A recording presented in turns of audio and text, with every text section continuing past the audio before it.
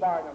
And I'm here to tell you that tonight on this stage, you are going to see, bar none, every sight, wonder, and miracle that name stands for, including Jumbo, the largest elephant in the world, the great white whale from Labrador, Joyce Heth, the oldest woman alive, General Tom Thumb, only 25 inches from toe to crown, plus the rarest and most beautiful bird in captivity, the Swedish nightingale. You will also see a company of hundreds, thousands, of marching bands, standing bands, flying bands, tumbling bands, bands of all size, shape, and description. And here they are. Oh, I know what you're thinking. You don't see any flying bands or nightingales or 25-inch men. Well, like I said, Barnum's my name, and miracles are my game, and they're up here all right. Just mark my word. Hey, wait a minute. Where are you going? Home. But I got a point of view to expound, defending the noble art of humbug. Which I happen to be in disagreement with, as it is nothing more than a shoddy defense of flim-flam. So it doesn't behoove me to stick around. Respect for the speaker, madam, requires that you stay and listen while he set forth his convictions. And respect for my own convictions requires me to set forth which I am doing. Then go. Isolated dissent will hardly deter me. One small voice in the night can quite easily be ignored. Good day, Mr. Barnum. Of course, it doesn't help much if that one small voice belongs to your wife. Cherry Barnum, I'll have a kiss before you go. With pleasure, Mr. Barnum.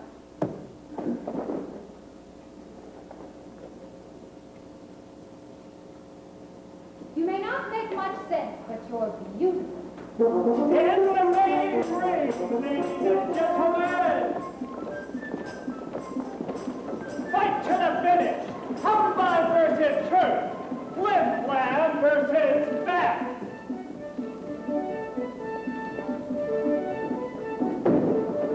Lieutenant Barnum versus Good White Cherry! An American anthem! There was stirring music! Thrilling spectacle! Hilarious clown and savage gentlemen! Representing first! Barnum opening the national ball around! Mr. Barnum!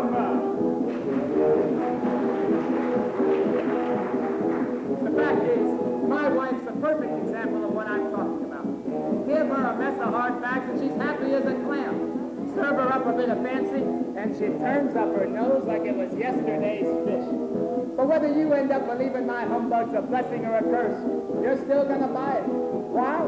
Because every 60 seconds in this world, a delightful phenomenon takes place that absolutely guarantees it.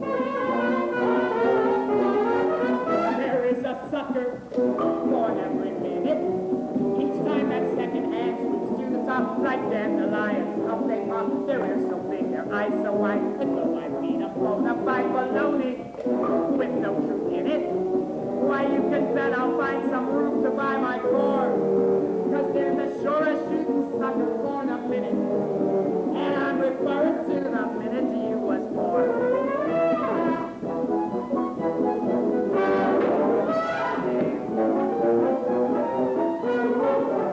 Blessed hour brings 60 of them.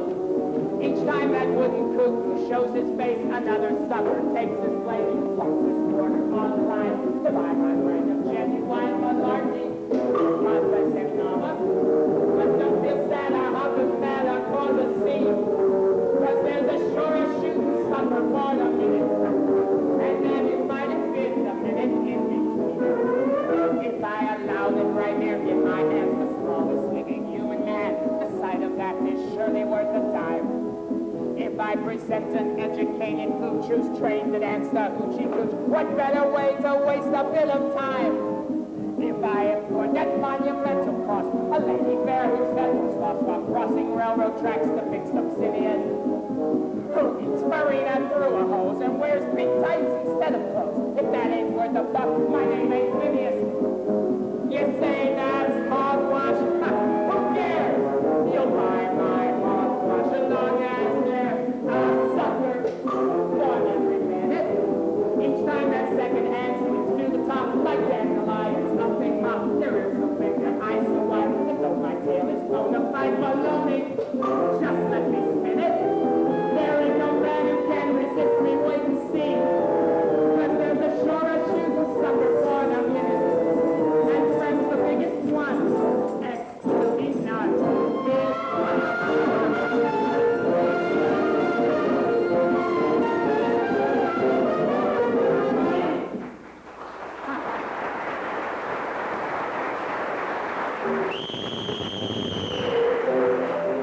well, that was when our country was a pups. Today, alas, it's growing up, and we ain't got no suckers anymore. I'll prove it to you. If I was to tell you that I had a real live mermaid up here, how many of you would pay 25 cents to see it? One? Maybe two? The rest of you is too damn educated to fall for something as foolish as a half woman, half fish. So you're not suckers. And you'd be missing a hell of a lot, because there just so happens to be one behind that curtain right now. But I'll be damned if I'm going to show it to you. Hey, Wally, come on down here, son. You know, she ain't et yet. So would you mind telling her to put on that mini blouse I got for her? Well, I don't want you getting all wrought up when you serve her the wine. Hey, you! Sit down, no. Oh, yeah. Now I've got your attention. When you hear Mademoiselle Neptuna's got no blouse on, that gets you up on your feet.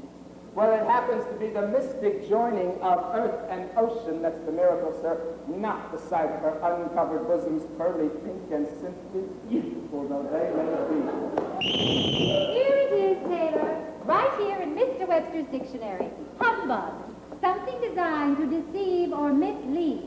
That's what you get from marrying a school teacher. They go right for the books every time. Cherry, I'm talking about rosy possibilities. The kind of humbug those pilgrims served themselves up when they came over on the Mayflower. The dream, Cherry, the dream. Just one question, Taylor. That lady eating farina with no head, how does she chew along? Well, you see, Cherry, she's got this small boy who wants one right Mr. alongside Webster her. has a nice synonym for humbug, too, Taylor. Live. Now, don't give up, Taylor. The evening is still young, and you still have some rosy possibilities. Here, ladies and gentlemen, humble beginnings of Phineas Taylor Barnum, in his first appearance under the main tent, and he turns forth into gold quicker than you can say, George Washington!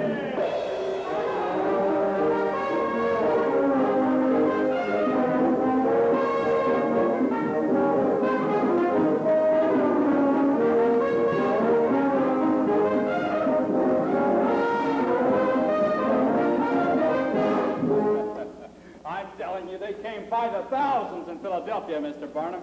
Now, here's all the proof you're going to need. Birth certificate, bill of sale, writs, and testimony proving beyond a shadow of a doubt that on June 15th, Joyce Heth here will be 160 years old. She better be, Mr. Lyman, because it took every penny I had just to buy her contract. But from now on, it's going to be P.T. Barnum presents Joyce Heth, the oldest woman in the world. She'll make your fortune, Mr. Barnum. You just remember Philadelphia.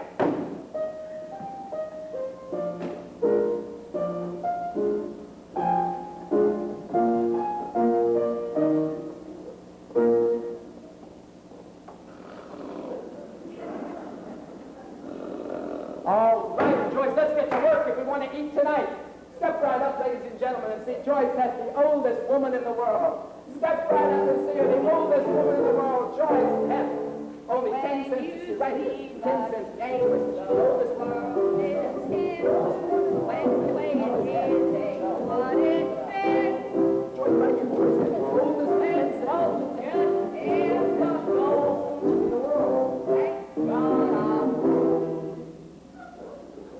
I don't understand it, Joyce. They came by the thousands in Philadelphia. And they walk by the thousands. Mr. Barnum, you've been had. Anyway, what's so special about old lady? Now, young lady, that's different. If you had me here 140 years ago, they'd come all right. What did you say? Well, I said, What's so special about an old lady? But a very special old lady. Mr. Barnum, what you looking at? I'm looking at this nurse. About 100 years ago, you got this baby bouncing on your knee. Ha! George Washington. I don't know no folks named Washington. George Washington, the father of our country? I told you I don't know anybody named Washington. You know, Joyce, this sidewalk looks just a mite hard to sleep on tonight. Well, and I'd say there was a pretty fair chance of rain. Maybe even a little hail. But what'd you say that boy's name was? George Washington. Oh, you mean little Georgie? Oh, Mr. Barnum, I put it in and raised that boy. All right, Joyce, let's do it. Step right up and see Joyce have nurse to George Washington. Step right up and see her George Washington nurse. George Washington. When the way is they what is this? When folks just care for gold, thank God I'm old. When you take a chance at the view, when you hear the language people use, when those sweet songs are sung, I don't want to be young. You got him now, Joyce. Liven it up.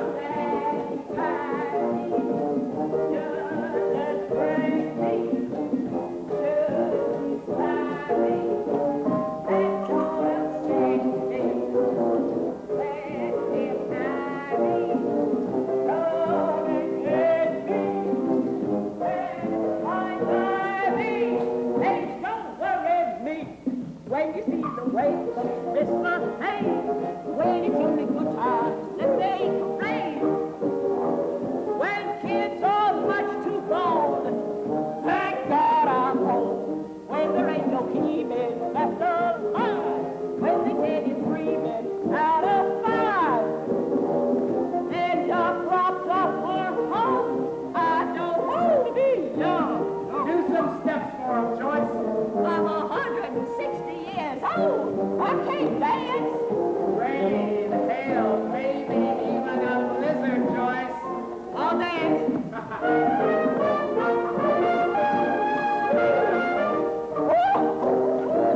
160-year-old age.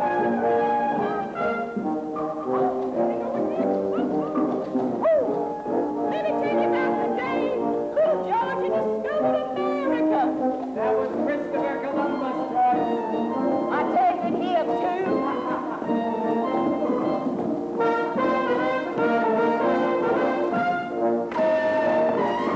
Gonna get me dressed and counted down.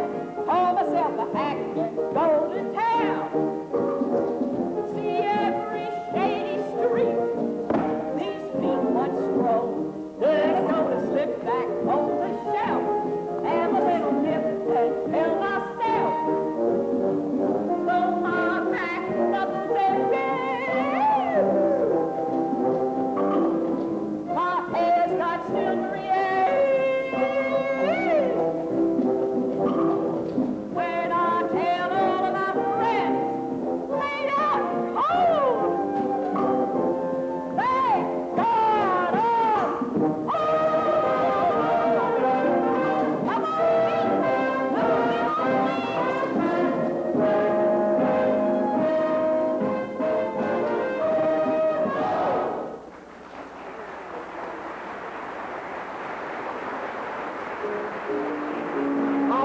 All right. Maybe I misled him just a little bit. But those folks left here thinking they shook the hand that held the rosy bottom of the father of our country. And that's a patriotic humbug, and there's none better. Now that Joyce was a big success, I started signing up other attractions, and I had to have a place to put them.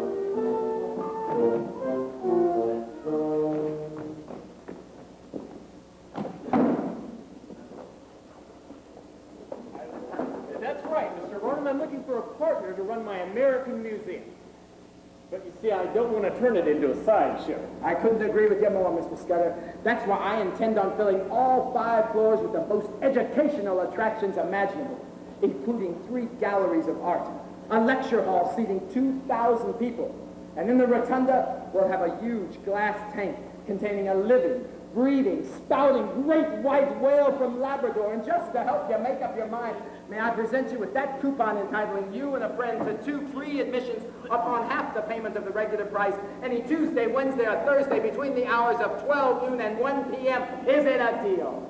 Taylor Barnum, did you or did you not have an appointment to take me to lunch at 1 o'clock sharp, and it is now past 2:14? In the bar ring, ladies and gentlemen, Mr. P.T. Barnum takes the most ferocious of all jungle beasts, the female of the species, who has been kept waiting for over 1 hour and 14 minutes. He will face this dangerous creature unarmed!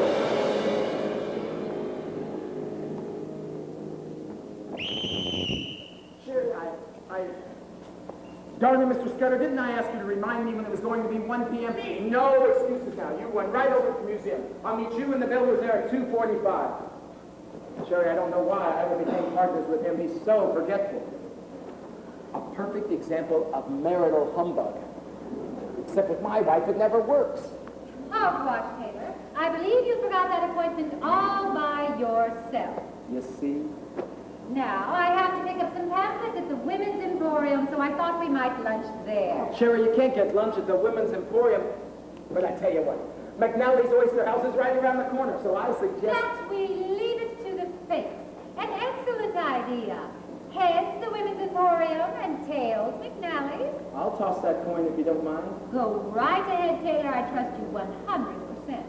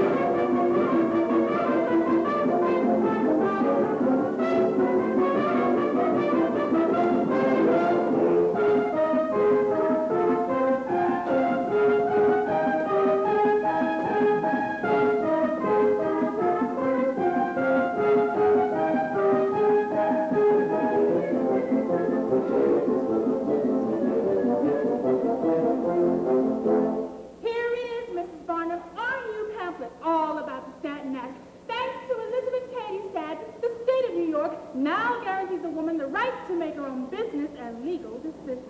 What do you think of that, Mr. Barnum? Oh, I'm all for it, 100%. As long as she asks her husband first. All right, McNally, serve us up a couple dozen oysters and 2 large ales, and put a head on them. Mr. Barnum will have the liver special, Mrs. Mortimer, plus fresh boiled parsnips and a copy of Miss Stanton's pamphlet for dessert. Now, Taylor, tell me all about this new partner of yours. His name is Amos Scudder, Cherry. Him and me are going to rebuild the American Museum. With what? We haven't $100 to our name. Well, with brass and a bit of humbug. Oh, Cherry, you'd be surprised how often it's just as good as gold and silver. Schemes again, Taylor. Schemes and dreams. It's my nature, Cherry. I told you I was a dreamer the first night I met you. Taylor Barnum. When a girl meets a fella in the middle of the worst thunderstorm of the summer, with lightning jumping off every tree and barn in sight, thunder so loud it nearly half scares you out of your wits, not to mention every dog and cat in the territory howling to raise the dead, she don't pay much mind when a man happens to mention he's a dreamer. Now, Taylor, it's not that I mind you having dreams, just let them be sensible ones we can reach. But, Cherry, I want to stir people up. I want to excite them. I want to give them a glimpse of the miracle. Miracle's a pretty fancy word for humbug, Taylor. Humbug? Cherry, how can you say that? Maybe I put a high polish on the facts sometime, but I never took anybody for one thin dime. You've taken them for much more than that. You get them all run up about things that can never be, like a woman 160 years old. Now, Taylor, I don't mind you using the imagination that God gave you, but with 2 young daughters to bring up, you ought to be using it for something more sensible. Now, I happen to know that Mr. Chauncey Jerome is looking for a partner at the Clockworks. I could be a part of it, Taylor. I could write the letters, I could keep the accounts. Cherry, no, I couldn't do it. Clockwork Factory. Oh, tick, tock, tick, every day from 10 to 6, with only an occasional bong to break the monotony of 10,000 cuckoos looking out of 10,000 little holes. Oh, Cherry, a Clockwork Factory. No, every man's got his temperament. Mine's just not geared to tick, tock, cuckoo, and bong. I'm sorry, Taylor. I shouldn't have brought it up. Well, sure you should, Cherry. Why, that's half a wife's job. Bringing up things her husband doesn't want to talk about. But think about it, Cherry. A Clockwork Factory, it's just not the right color for me. Say the name. Bridgeport Clockworks. What do you see? Gray, brown, maybe if you're lucky, a little dash of taupe. Cherry, step inside any sideshow, and then what do you see? Fire engine red, buttercup yellow, Kelly green. It's like living inside of a giant pinwheel. And Cherry, it's not just for my own selfish pleasures that I need them colors. I want to splash them out for the whole world to see. The colors of my life. Beautiful and bold. The glow of indigo. The gleam of green and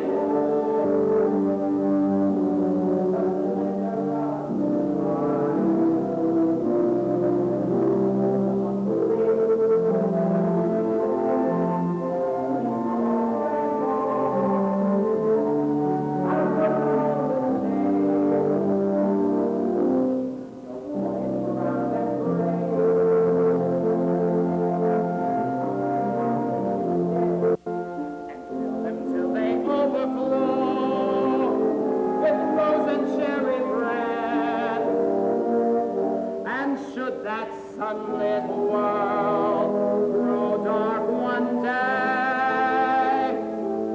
The colors of my life leave a shining light to show the way. That's all well and good, Taylor. But those reds and greens aren't going to be much help if you don't get those builders started. Oh, Cherry, you're right. Oh, it's 2:40. I've got to get over to the museum. You wait right here, Cherry. I'll be back in 5 minutes. Maybe 10. Cherry, a half hour at the most. I tell you what, Cherry, if I'm not back by 6, you meet me over at the museum. You'll recognize it. It's at the corner of Broadway and Ann Street. It's got the big sign, the red one with purple trim and gold letters that says, Barnum's American Museum.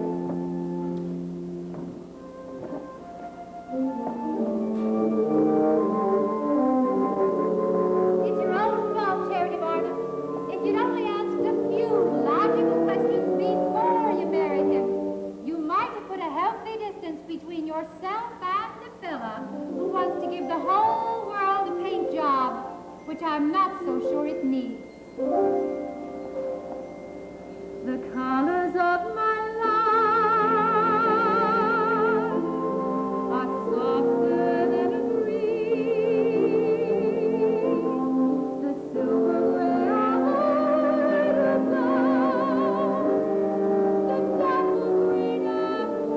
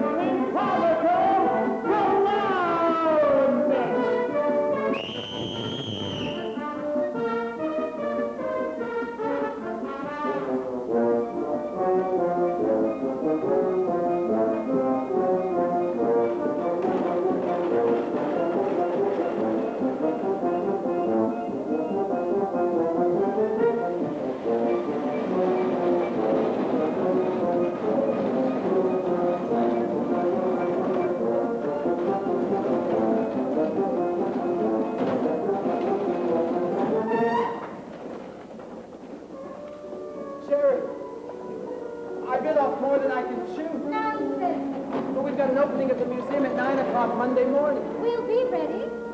Sherry, do you propose that we rebuild an entire museum from top to bottom in just 2 days? I do, my treasure. But how, my girl? Slowly.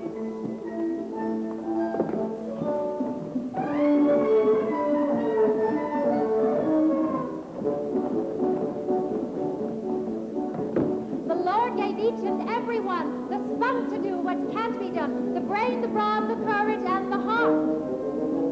The strength to bend the strongest bar, the will to reach the farthest star. It's just a case of learning how to start. To build a tower up so high to a cloud, your life is built in one tiny brick at a time. Bucks multiply till about a banker just begin with a thin silver dime. That empty field, it can yield miles and miles of flowers. You don't need no magic flowers, just a seed and showers from the floor to the skies. You can soar if you're wise enough to climb, one brick at a time.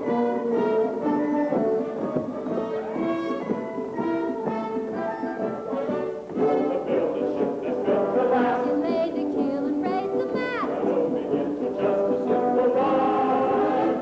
Run up the fruits of life beneath. Becomes a stick to pick your teeth. Sharpen up your knife and take your time. On a sober chap with the cup and a bunch of hours, he can scoop all the salt from the sea. Once open up, turn about, the bow is all begun by just one bumblebee. To ride with is simple, is what it is. It's how you filled with thrills and all the gardens got with more. So hard to leave the rest in the dust. Be the best, it's just the printed one brick at a time. Just take a brick and place it on the ground. To make it stick, put mortar all around. A cup of lime and stir until it's hard. And up she'll climb, by inch, by foot, by yard. A sill, a door, a ledge, a window pane. Then drill some more, raise up a weather vane. A roof, the roof that goes slow like this. A splendid edifice can climb. Place it on the ground. The rain will bring the sick. All around.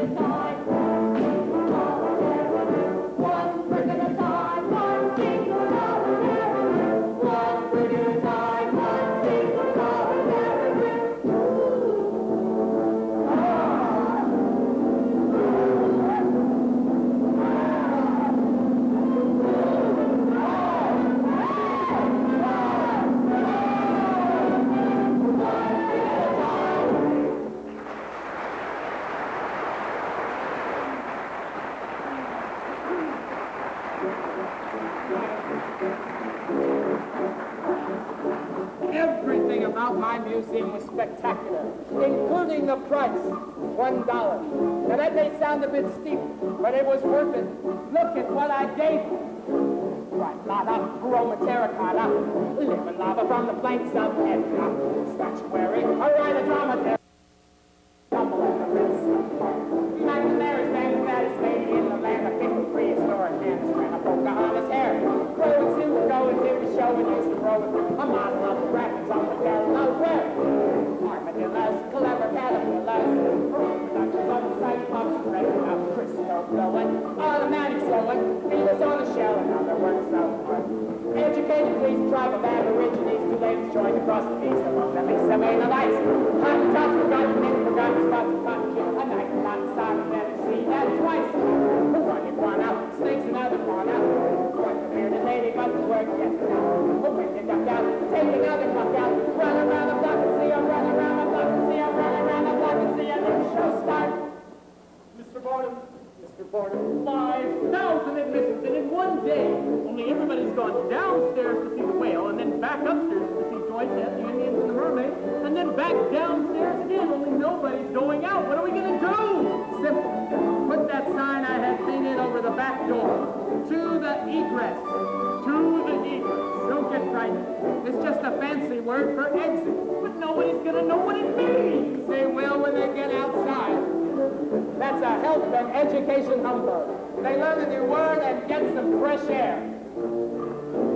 Educated, please, a tribe of aborigines. These ladies joined the crust of these. At least they're made of ice. Hottentots have gotten in, forgotten spots of hot chip. A nice hot sock fantasy. That's the white one. A warning one up, snakes another one up. Front the bearded lady, but the work get done. But when you duck out, take another buck out. Run around the block and see it. Run around the block and see it. Run around the block and see a new show start.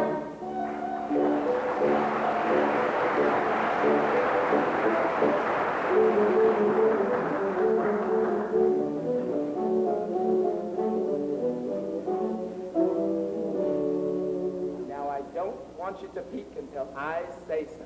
Ladies and gentlemen, Mr. P.T. Barnum, the grand master of the high wire, attempts a triple somersault. Oh, and falls, which gets him plenty burnt up. All right, Sherry, now. Good Lord, they're real. What's the man done? A foolish thing, Cherry. Married me a cold-eyed, hard-headed, tough-talking New England lady who's kept my whole crazy world from going up in smoke for the last 14 years. Happy anniversary, Cherry. I love you. I may have been foolish enough to marry you, Taylor, but that doesn't mean I can't count. And our anniversary isn't for 6 months. I'm talking about the museum, Cherry. Have you already forgotten? It was exactly 1 year ago today that we opened our doors to the public. Now, I want you to go upstairs and put on your best silks and satins, woman, because I'm taking you, me, and them pearls out to celebrate at Rector's Restaurant in New York City. I'm sorry, Mr. Barnum, but I'm not going to any Rector's restaurant. The food is too rich, the people too fancy, and I'm not even going to discuss the prices. I'm staying right here. Marital humbug number 2. The carrot and club principle. It never fails. Now see here, Cherry Barnum. I have the most beautiful wife in the entire state of Connecticut. And it's my God-given right to show her off if I want to. And if you don't go upstairs at once and change into your very best dress, then certain very expensive anniversary gifts will simply have to be returned. It almost never fails. Cherry Barnum, what am I going to do with you? What happens to me, Taylor? Things I do you. We're out of step. We disagree. What's right for you is wrong for me. Together we're a part of country mile. I like your style. I like your style. We disagree. What's right for you is wrong for me.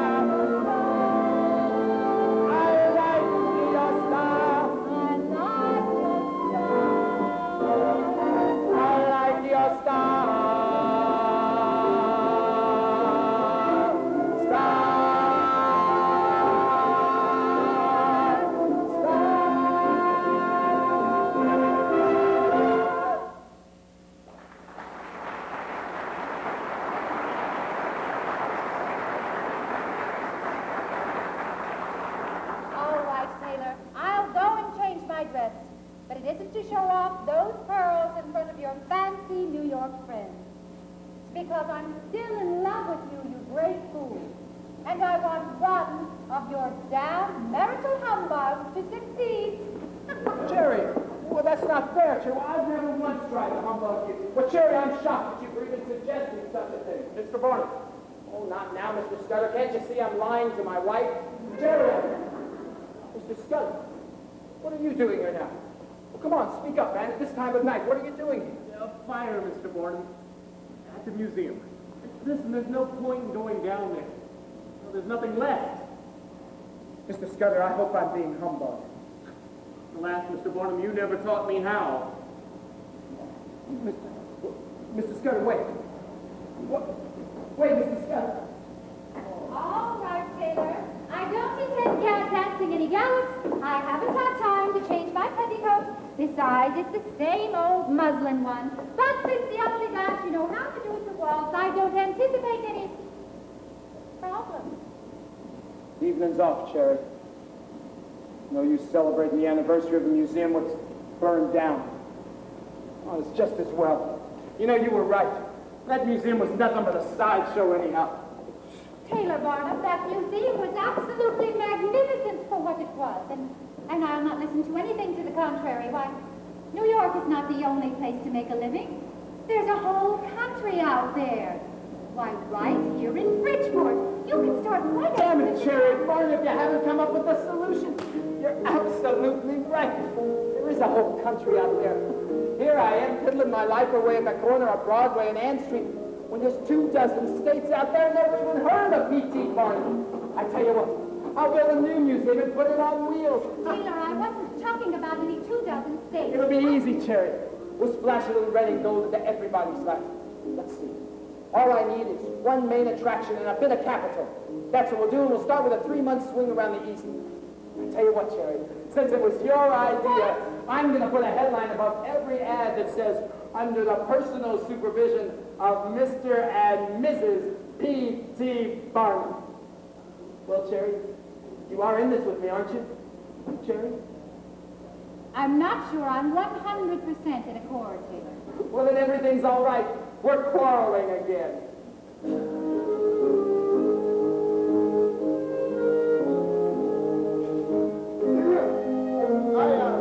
Hope I'm not interrupting anything, Mr. Barnum. You are, Mr. Stratton. But I was appointed for 2 o'clock. All right, Monday morning early. Look, what if we just forget the whole thing? My wife and I have a few moral qualms about your offer anyway. How about tomorrow at 9? Good day, Mr. Barnum. All right, wait just a minute. Cherry, I'm sorry, I've got to go. This is the fellow I was telling you about with that one main attraction. I tell you what, you keep right on waltzing. I'll be back in 5 minutes.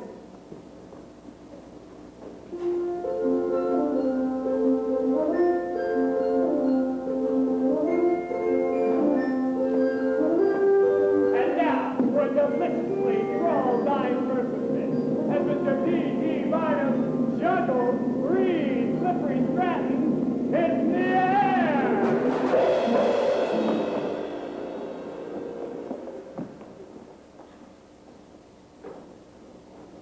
All right now, Mr. Stratton.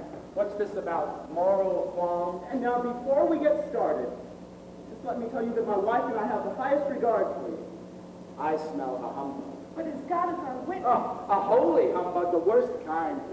would to allow you to exploit our son Charles's oddities for such a small sum of money is an offense to a Christian conscience. Now, the key word in that speech isn't Christian. It's small, as in sum of money. Now, exactly what do you mean when you refer to your son oddities? Mr. Barnum, any boy only 25 inches tall from head to toe, he's a freak of nature. Mr. Stratton, Joyce Hett is 160 years old. Madame Josepha is 10 feet tall. Anne Swan has an 8.5-inch beard. But they're not freaks. I say they're special. And what you call an aberration of nature, I call a gift of God to set him apart and make him special. But I tell you what, since your boy's old enough to make up his own decision, let's ask him. All right now, Charlie, I want you to come with me and join my show, but I'm not going to fool you. People are going to come by the hundreds, thousands, maybe even millions. Some of them to stare, maybe a few to laugh. But most of them are going to look at you and cheer. And they're going to go home and tell their children and grandchildren for generations to come that they saw the smallest man in the world. Well, we'll even come up with a name to suit you. Something that fit the miracle of your size. Thumb. Tom Thumb, of course. Not to mention the princely salary we'll be paying to you and your family of $1,500 a week. All right now, Charlie. I've been as fair with you as I possibly can. The rest is going to be up to you. Tell me now, what do you say? All right, let's go. What did I say that name was? Thumb. Tom Thumb. Nah, sounds a bit skimpy to me. We need something with more of a hand. Sir Thomas Thumb. No. The Right Honorable Tom Thumb. We need something with a touch of the military. Captain Tom Thumb. What the deuce? In for a penny, in for a pound. General Tom Thumb. Ladies and gentlemen of the great city of Philadelphia, presenting for the first time anywhere, the world's smallest man, General Tom Thumb.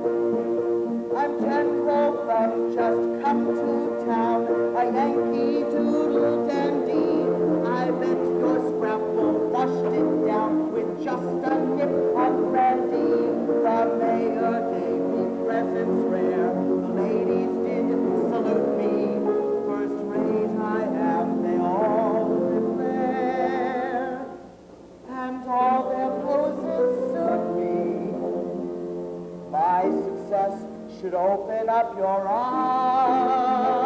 Don't judge nothing just by shape or size.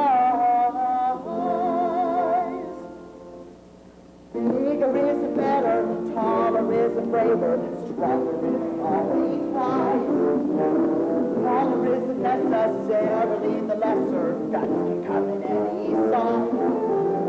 Lady luck in favor, just a little shaver, over 1 6'3". Brains in any tussle, lots of roll and muscle, bet your life will plan on me. Ladies and gentlemen, General Tom Thumb became an Atlantic Egyptian who had been at the Buckingham Palace. Clover, higher, no inside. When you need to lean up on a friendly shoulder, now it's just as good as wine. See the mighty lion sitting there and crying, bitten by a tiny flea. Man was colossal, what's he now a fossil? Bet your life on that I what's strong in both belly like a long in brains and heart. From a whole body, an elocution mentally, proven consequently. Bobby shows your shoulders, twice as big as boulders, in the brain's a tiny pea. When you're in a pickle, he ain't worth a nickel. Bet your life is bad eyed. Bet your life is bad eyed.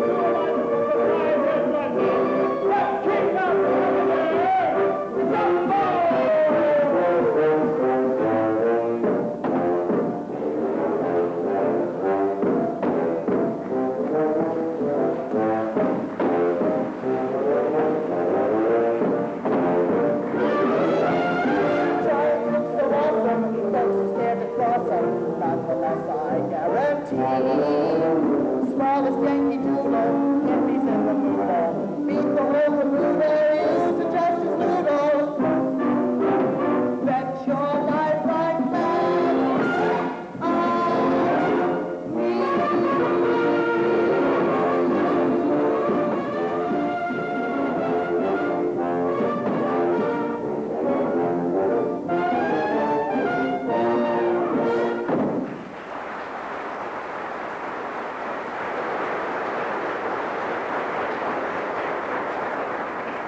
Ladies and gentlemen, once again, Mr. P.T. Barnum is the female of the species with unheard of, unexpected, alarming results.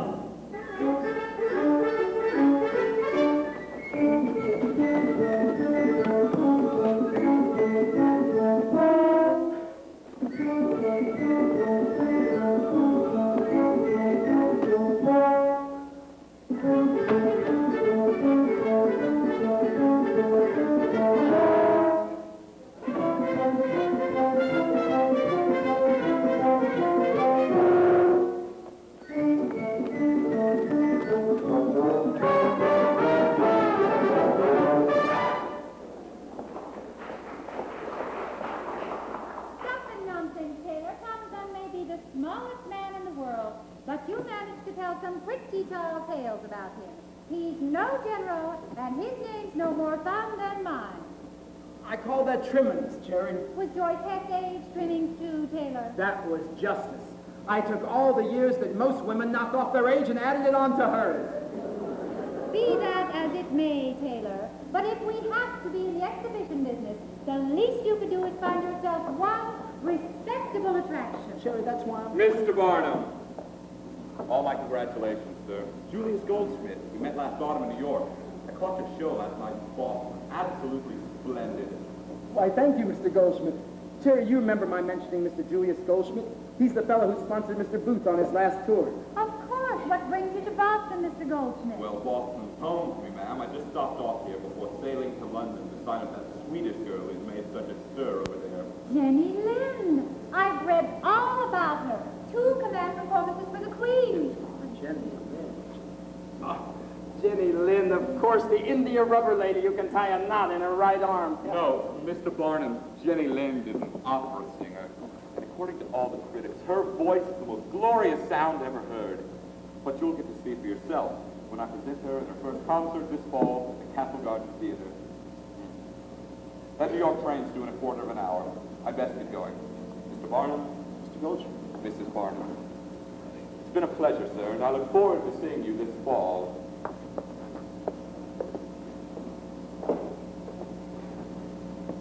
What's the matter, Taylor? You know, Jerry, that Goldschmidt seems like a nice fellow. I sure hate to see him lose his shirt. You don't think he'll be able to sign Miss Lind? That's just the trouble. I'm afraid he will. No American audience is going to fill a hall just to hear a singer. I'm not so sure you're right, Taylor. You heard what he said. 2 command performances. It's high time you found yourself an attraction like that. Jerry, don't start on that again. I'll miss the train to Chicago. And besides, I wouldn't know where to begin. Oh, it's very simple. We toss a coin. Not again. Tails, we continue as we are. And heads, I run the rest of the tour, and you go to England to make a deal with Miss Lind's agent. Sherry Barnum, what do we tell Mr. Goldschmidt? Tell him you were afraid New York would never buy an opera singer. And that you didn't want to see him lose his shirt. I call that lies. I call that trimming, Taylor. Bon voyage, Mr. Barnum. Mrs. Barnum, this is uncharted territory. I'm equal to it, Taylor, and so are you. Sherry, wait, just, we can talk just, Sherry. It wasn't too late. I could have changed my mind. Missed the train and followed Cherry west. But I didn't. I made the train. I made the boat.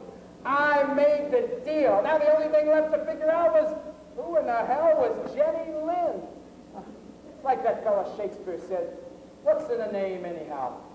What the American public really wants is titles. I think I'll call her the scintillating songbird from Scandinavia.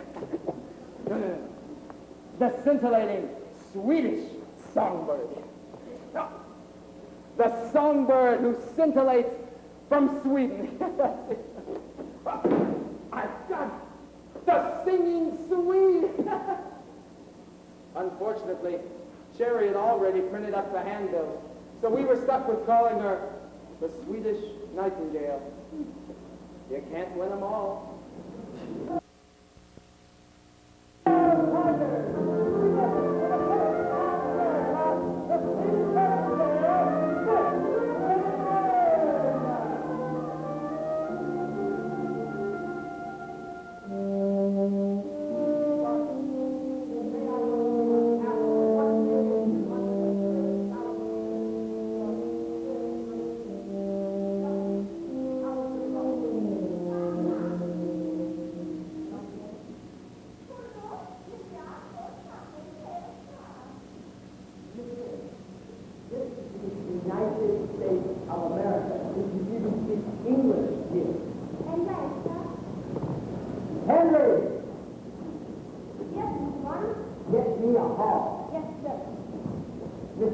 You've got to give a concert right here on this stage. Yeah, English there. In English. I don't want none, Amy. You've got no choice. You? Choice. Sure. Ah, that's good. Good. Good. Good. Good. Good. Good. Even. Evening. Evening. Evening. Evening. Lady. Lady. Lady. Lady. Lady. Ladies and. And gentlemen. gentlemen.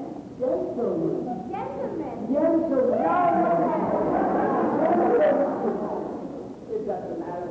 What they don't understand will charge off to European style. And listen, there's one thing you've got to always remember. Please keep smiling. If there's one thing no American can resist, the smile of a beautiful woman. No American man, anyhow. Oh, the things have got to start to show up. I've got to get out of the house. Good luck, Miss Papa? In English.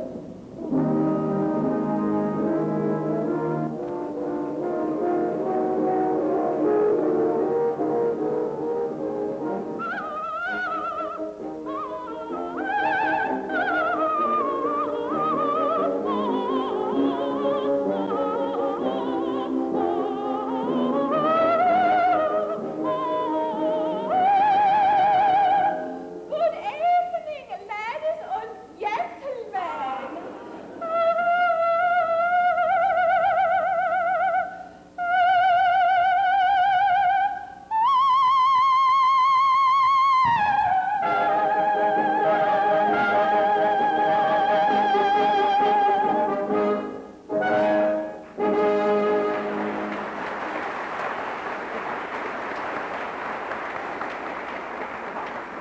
Miss Lynn wishes to thank you for the kind reception of her program and asks that you might sing one more song. A song that she sang in her first concert in Sweden and dedicates to a new American friend.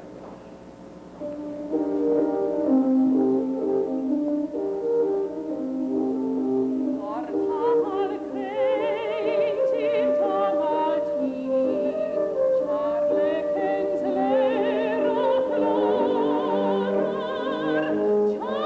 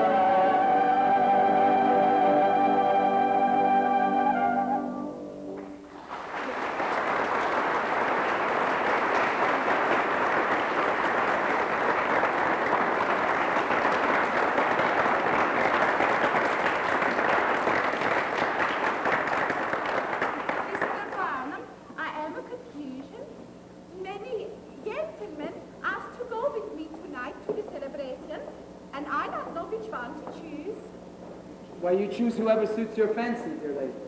Very well. I choose a scholastic person, my English teacher. Oh, now, dear lady, I am a confusion. Taylor, the carriage is waiting.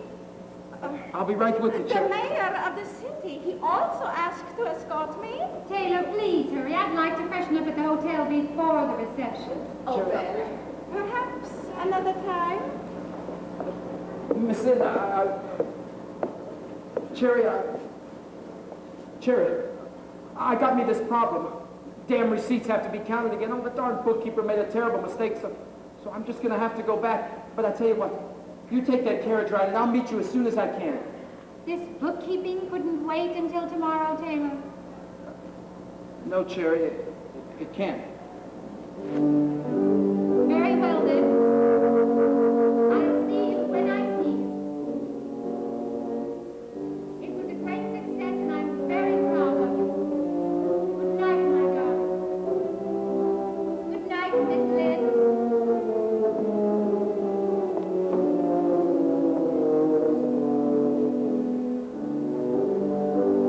Cherry, wait. Miss Lynn, well, why shouldn't I take it to the reception? It's only for a few hours anyway. All my life I've been selling the dream to everybody else. I want a piece of it now. I'm a man and I've got the price of admission. Stay at home living day by day. Maybe say when it can't be duller. Seeing things only black and gray. When the world is alive with color, do it just as your neighbors do. Lady wise, but it ain't so clever.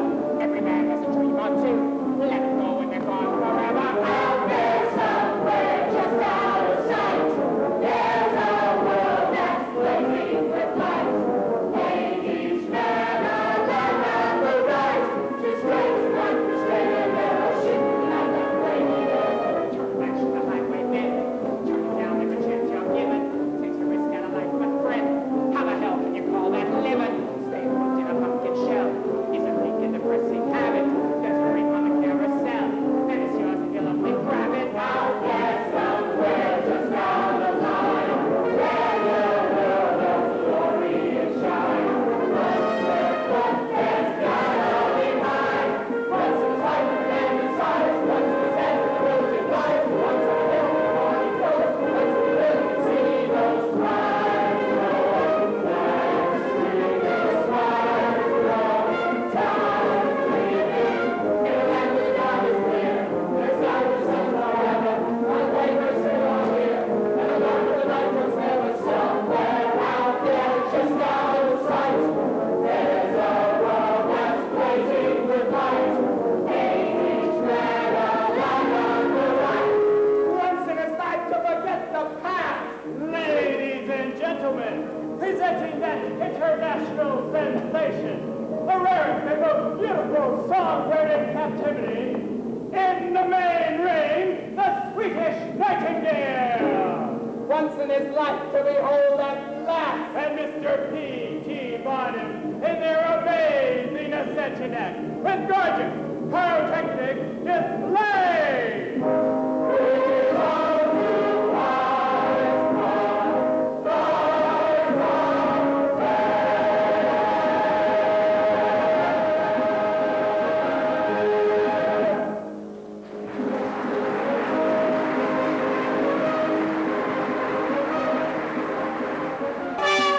Out of the tent, onto the parade field, for musical salute, celebrating Miss Jenny Lynn's 50th concert in America.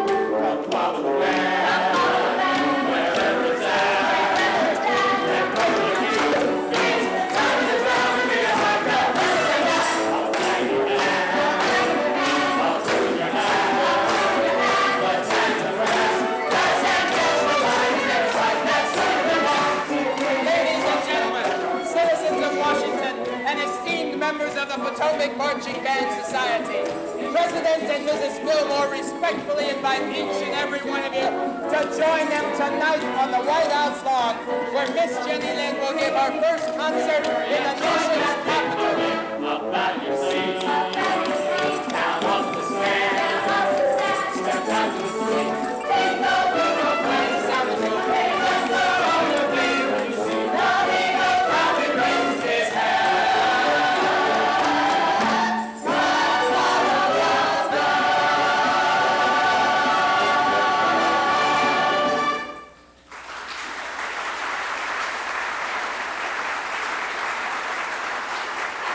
Follow the band, wherever it's at.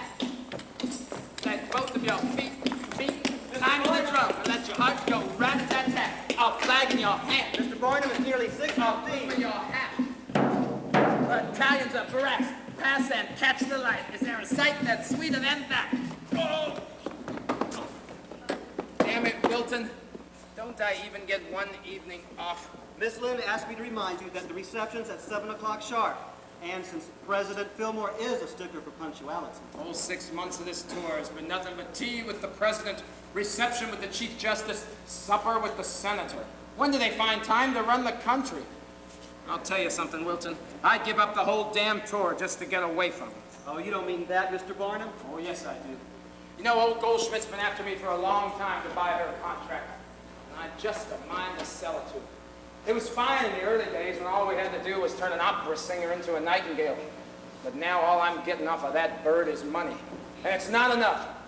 And that's my own damn fault. You know, I humbugged myself into trying to get more color in my life. And she humbugged me into trying to be respectable. A miserable state of affairs if there ever was. Well, I might as well be miserable being respectable with someone I love. But I thought that you and Miss Lind Oh, were... so did I. But I was wrong. I tell you what, send a wire to old Goldschmidt. Tell him I'll meet him in New York the day after tomorrow. And send another one to Mrs. Barnum. Tell her, if the coin comes up heads, I'll be in Bridgeport the end of next week. Oh. This is going to be a waste of time, I can tell you that now. None of my female of the species humbugs ever works anymore. But I'm too old a dog not to try. Why, it's a disgrace. That's exactly what it is. A damn disgrace. And in public, it's just a damn disgrace. Phineas, are you muttering? Muttering? Ah, muttering's nonsense. I think it's the height of impoliteness. Then I'll just ignore I never mutter. I may sputter, but I don't mutter. When I got something to say that matters, I utter it. I don't mutter. But it's still a damn disgrace.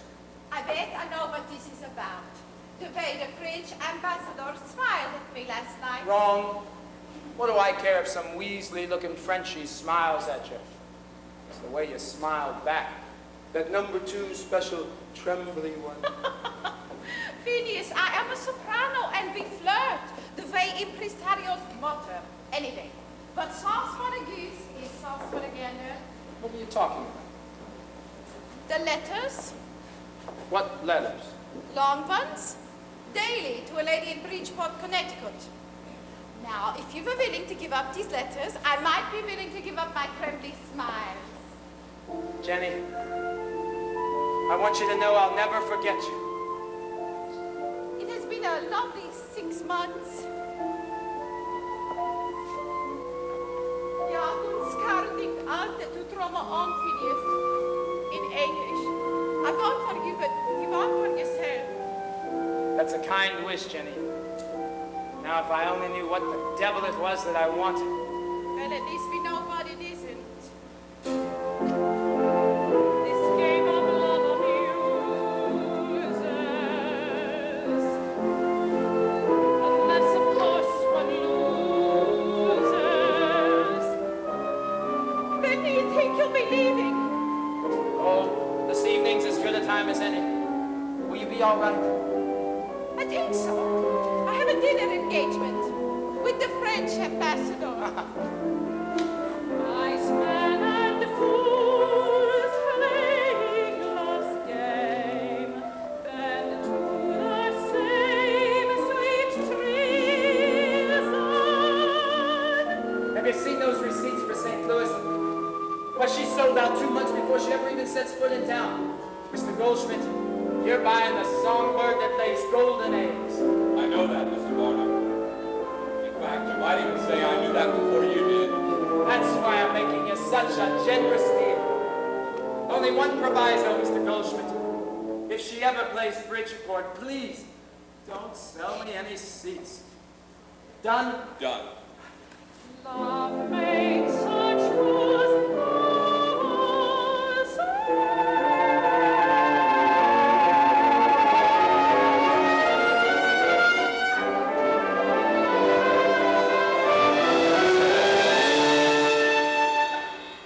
Jerry, what are you doing here?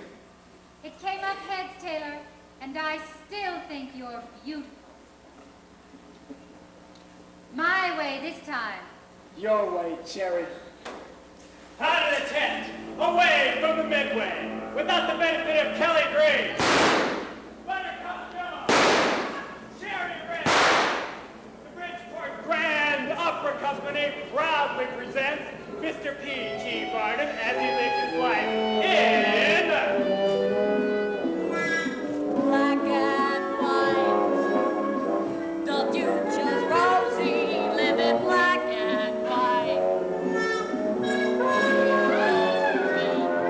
On the ground, don't let those daydreams spin you round. See things the way they are. You gotta tumble if you fly too far.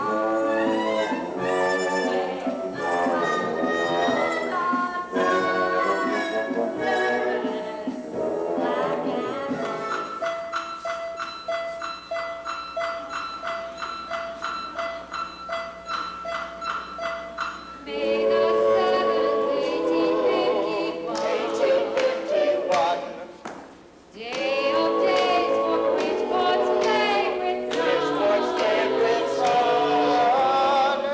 Living well his centuries, likewise Swedish singing ladies, and the local clock which he will run.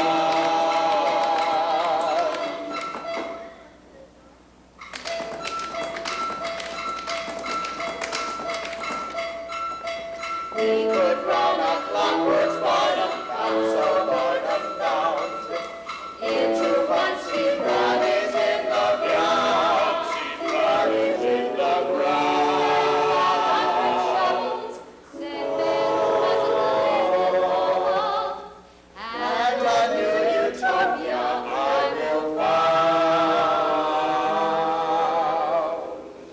Land of every modern elevated boats to stroll around.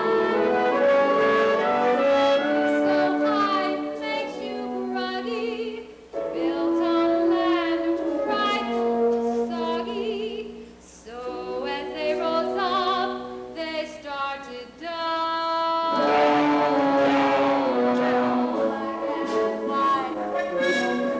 He built a city that was black and white. It took no enough spunk and looked quite splendid as it sunk.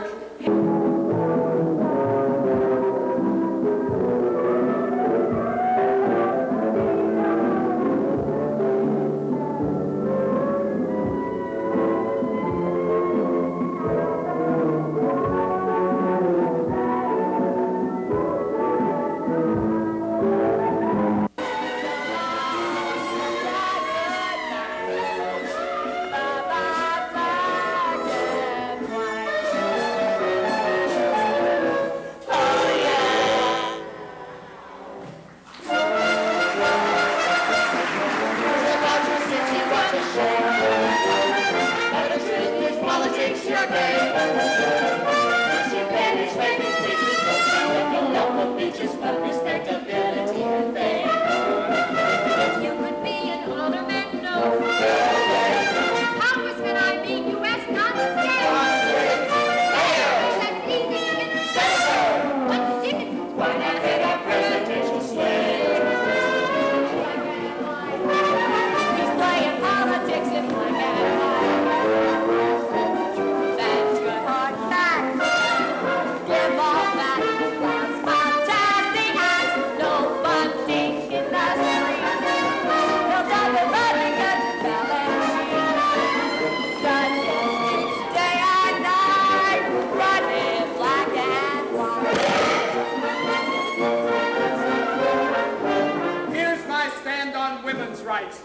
reform.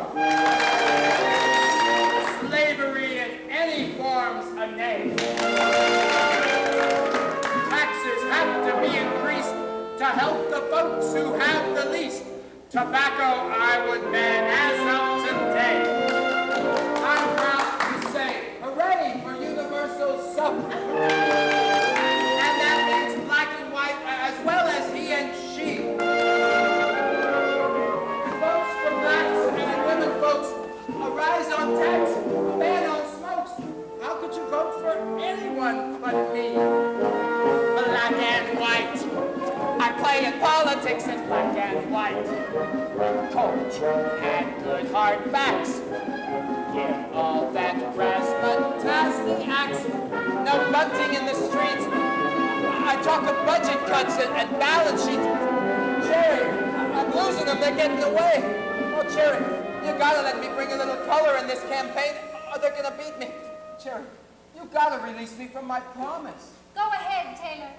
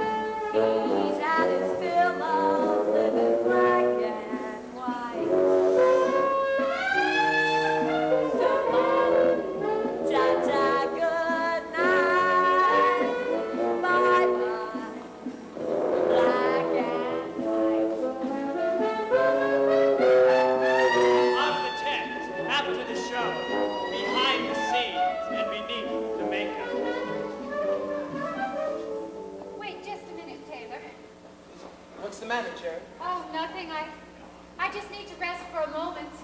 You know something? So do I. How about right here? On the steps of City Hall, it's illegal. Well, then that'll be my first act as mayor. To make a proclamation that says, any elected official with a beautiful wife may sit on the steps of City Hall anytime they want to. Come on. How's that? Thank you very much, Mr. Barnum. You are entirely welcome, Mrs. Barnum. Oh, look at this place. Quite impressive, isn't it? The most respectable building I've ever seen, and it all belongs to you now. You know something, Cherry? Looking at you, smiling at me this way in the dark, it reminds me of the first time I ever took you home in that thunderstorm. It was lightning so bad, but I knew you were scared, and anyway, I couldn't wait for it to lightning and flash again and again, just so I could get another look at your face. And I shut my eyes every time the lightning flashed, so I never did get a good look at yours until we were at the altar, and by then it was too late. Now, Taylor, stop that. Folks are going to think we're foolish. Why? Two old people sitting on these steps in the middle of the night, holding hands. Wait a minute, who says we're old? Oh, maybe I got a couple gray hairs and a few laugh lines, but not you, Cherry. You don't look a day older than that night I took you home in the thunderstorm. Taylor, I thought you were through with humbug. 22 or 3 at the most, and that's the least humbugging thing I have ever said in my life. Taylor, you're going to be wonderful in politics. And I don't intend on you being mayor more than one term. I've got my eye on the Senate seat, And not the state senate either. Cherry, you're talking about Washington. Heads say you can do it, Taylor. Oh, no, Cherry, you don't decide to run for the Senate on the toss of a coin. You've got to think about it and plan for it and contemplate and... Wait a minute. How come in 25 years of tossing, that coin never once came up tails? I guess fate is just on my side, Taylor. That and the fact that this quarter just happens to have 2 heads. Cherry Barnum, you stack the deck. I have been watching you 25 years for nothing, Taylor. All right, Mrs. Barnum. I'll run for your damn Senate seat because I love you. And there isn't anything in this world that I wouldn't do for you. But you have humbugged me good and proper, and I am most displeased. Why are you smiling? Everything's going to be all right. We're quarreling again. The colors of my life are softer than a breeze. And cold, both glow of indigo. Gray of A gleam of green and the damp green of green. the splendor of a sunrise. The amber of a wheat field. Dazzle of a flame. The hazel of a seed. Gleam of a rainbow. Crystal of a raindrop. I put them all to shame. Are all I'll ever need. The white browns and grays. Your reds are much too bold. I'll take my days instead. In gold I find no worth. Them till they overflow. My days with say. With rose and cherry red. Flowers of the earth. And if from by my side my love should roam.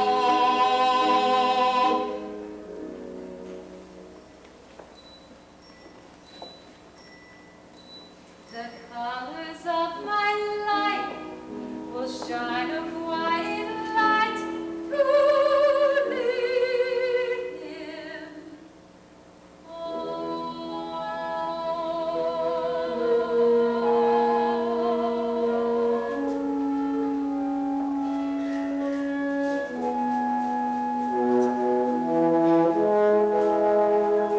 Cherry! Cherry, look at me! Cherry! Cherry! Cherry! Cherry! Cherry! Mr. Barnum, on behalf of the party, may I say how sorry we all are. Side by side, month after month, shoulder to shoulder. Right when we're on the threshold. Now, wait a minute. I don't want you boys to worry now. I'm going to come back even stronger now. Look, I worked hard for that nomination, and I'll be damned if I'm going to lose the election. Mr. Barnum, I'm afraid there's been just a slight postponement on your nomination. What are you talking about? What Mr. Templeton is trying to tell you, Mr. Barnum, is that the party's position has changed. We have decided to run with Alexander Whitaker. What? What are you talking about? I've been barnstorming for 6 months on the strength of your promise that I have that nomination. Mr. Barnum, it's out of our hands. But I assure you that in 4 years you'll be a prime candidate. I don't want the nomination in 4 years. I promised somebody I'd be in Washington by January. If I can't be there by then, damn it, I don't want to be there at all. Good day. But Mr. Barnum, Get out.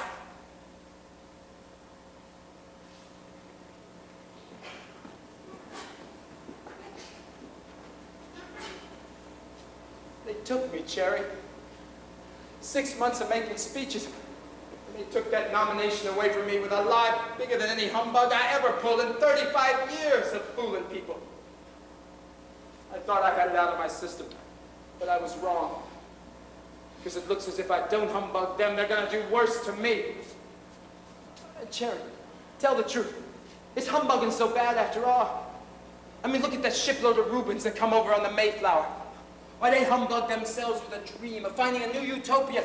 And that didn't turn out so bad, did it? And Tom Jefferson and Ben Franklin back in '76 humbugged themselves with a vision of finding a place for all people that would be free and equal. And look what that did for them. Why, that dream was so strong, Cherry, it even helped them win a war. I'm not comparing four-headed frogs and live mermaids to the Declaration of Independence. But somewhere, Cherry, somewhere way deep down inside, there's got to be a connection.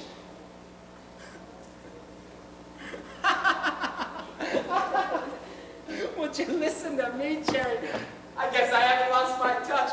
Up on my soapbox for 2 minutes, and I've already convinced myself I'm first cousins with Tom Jefferson. Well, don't that just go to prove it, Cherry? And humbugging, I'm the best there is! The Prince of Humbug. Balderdash, fiddle, faddle, dribble, tosh, twiddle, twaddle, blither, bosh, bilge, and dodge, and double dutch, and flim flam, I am the king of hogwash, Tommy Rot, jibber jabber, blabber, bluff, hocus pocus, gabble, guff, scam, and sham, and listen, touch, I'm white line, and I'm trick, and I'm sham, girl of oil, lord of the land, and far, a great love road, as I am, bless my soul.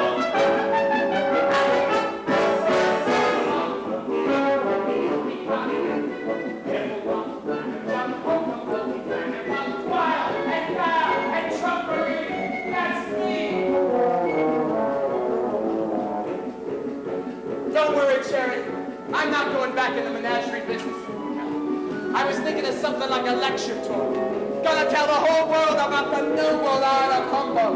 Well, who's better suited to talk about it than me? After all, it's the thing God gave me the gift for. And it's how I got everything I ever had in life, even you. In a world of sting and shock, this moment we spend down a road of ridge and rock toward Lord knows what end. Through a night as cold as space and dark as the sun. Someone's got to make it right. Shoot a rocket, shine a light. Tell you who that someone's gonna be. A prince of humbug, tongue in cheek. Sherry, Shally, pull the wool. Barney, bogus, cock and bull. Hoax and prank and hanky pank. And some scumbag already. I am, and damn, I'll always be.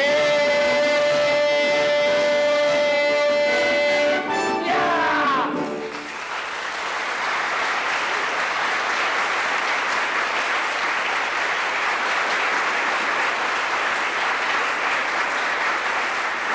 The main event, the greatest contest of them all. Mr. P.T. Barnum, unarmed, alone, and without a net, in a struggle to the finish with destiny.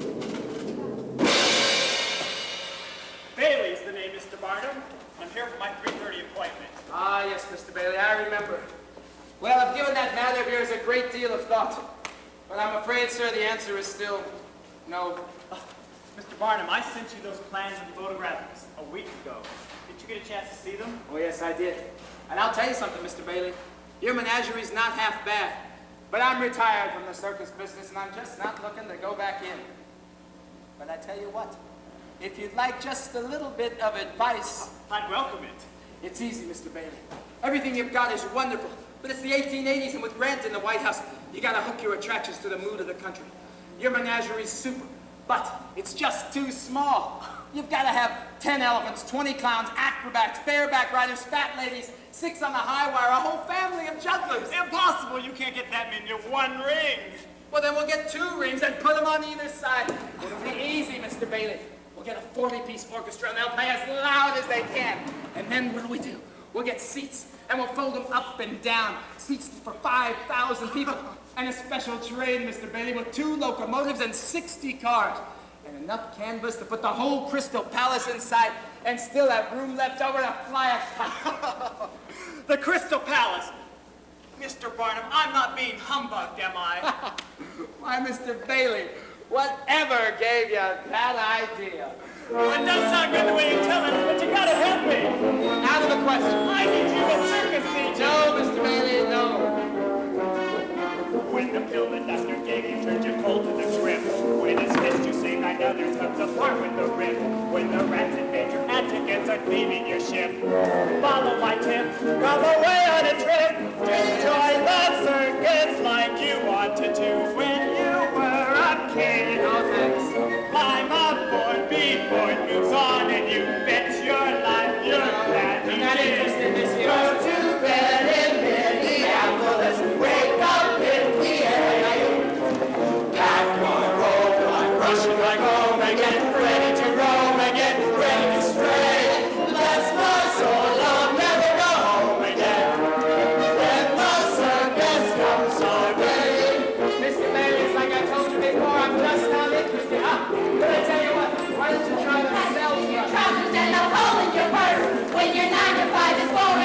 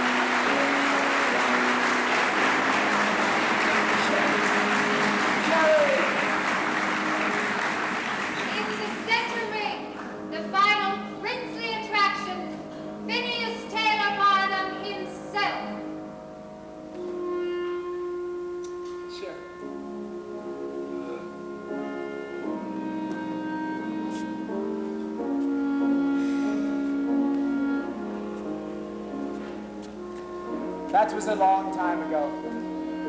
Joy's head is gone and forgotten.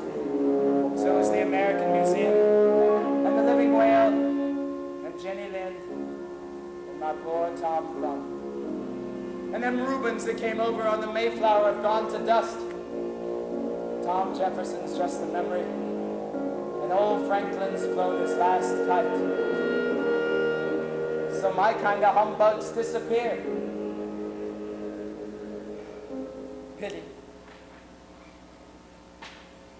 There was a sucker